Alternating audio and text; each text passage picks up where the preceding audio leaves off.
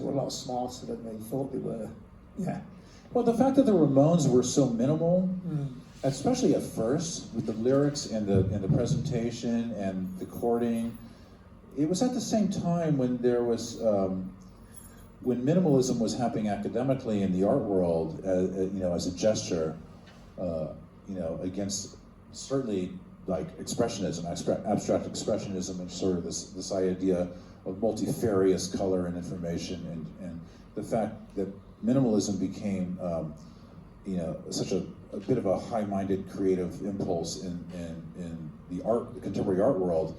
The fact that the Ramones were sort of doing that at the same time with music, in rock and roll music, it's curious, because I don't think Johnny and Joey and Dee Dee and Tommy were going to galleries and looking at Dan Graham and Vito Conti. Joey was. Yeah. Joey's mother had a gallery. Well, Joey's mother was a gallerist. Yeah. So there was some kind of it certainly must have been a window there. When because obviously we talked about earlier on, your songs could get 10, 15 minutes long, etc. Very effectively. Do you sometimes want to get the blowtorch minimalism, go back to one chord, or make it really simple again? Yes. So I mean, you hit me as I kind of am. I don't know if you saw that. But you hit me as somebody wants, and this is a great thing, to want it all at the same time.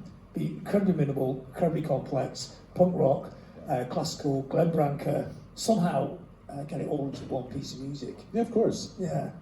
But not so purposefully or forcefully, but just like having that kind of Catholic interest in sort of having that coexist. Yes, of course.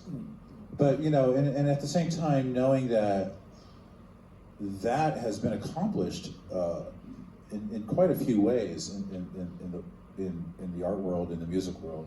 I mean, just even hearing a song by The Fall called Repetition, to me that sort of hit all those points. He's actually, it's like making commentary on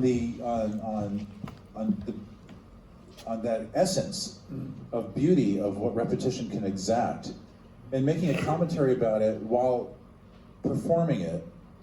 And it's just like, for me, that song Repetition by The Fall is like, personally, one of the greatest rock and roll statements ever made. It was their manifesto. Yeah. It's basically explained that's The Fall. You don't have to ask him anything after that. Just go listen to that song, won't it? Exactly. So with the current band you got now, are you still trying to scapulate all those ideas, or is this a very different thing? Is this a different way of working? I mean, it has to be sort of completely in the moment and organic. I don't conceptualize, and I don't really analyze like what I need to do or want to do or expected to do or not. I mean, I just kind of sit down and do it, and that's just completely informed of what I loved about music anyway. That it sort of comes out of nowhere sometimes. And when a lot of music becomes mainstreamized, like the new waveization of punk rock, was just like, there's some great music that came out of that, but it wasn't interesting in the way where I want to make that kind of music.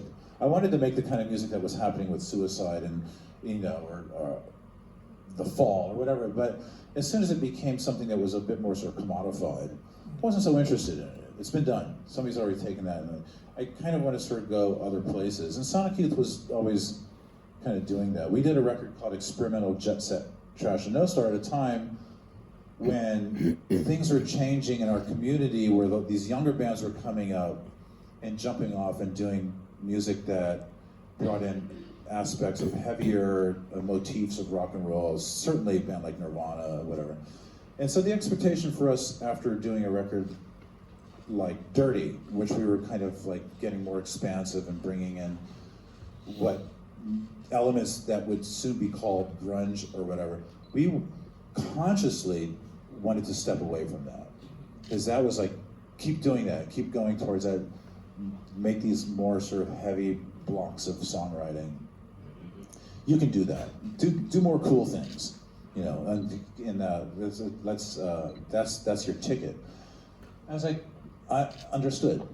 And then there was the other aspect where, being more of an experimental band, go towards the experimental of Pink Floyd as opposed to the experimental of Merzbound. You know, please. And so it's like, and so Pink Floyd would come Floyd's on the very radio.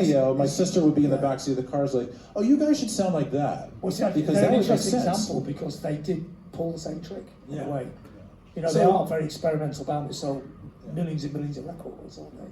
But at that time, you know, when this was all happening, and bands were becoming more informed by what Mudhoney and Nirvana and the Seattle music scene was happening, that whole thing, and then we were so aligned with that, even though we were older, but we were kind of, that was, we had this ticket to like really cash in on that, and we could have become a bit more sort of accessible. And Well, I remember everybody used to say, Nirvana, they sound great. They could be as big as Sonic Youth one day. yeah, it was, well, yeah. They were kind of quite a bit bigger. But unfortunately, we've run out of time. Like, At the same time, life, there were just to finish that. At the same time, there were these bands happening like Royal Trucks, Sebado. That was the music that interested us at that time more so because it was more experimental and interesting in that context of underground rock music, and that's what Experimental Jet Set was informed by more than anything. So we went that route, and so we never became the dynamic, super famous rock and roll band. I bet you regret it now. Thank God. Thurston more. Yeah.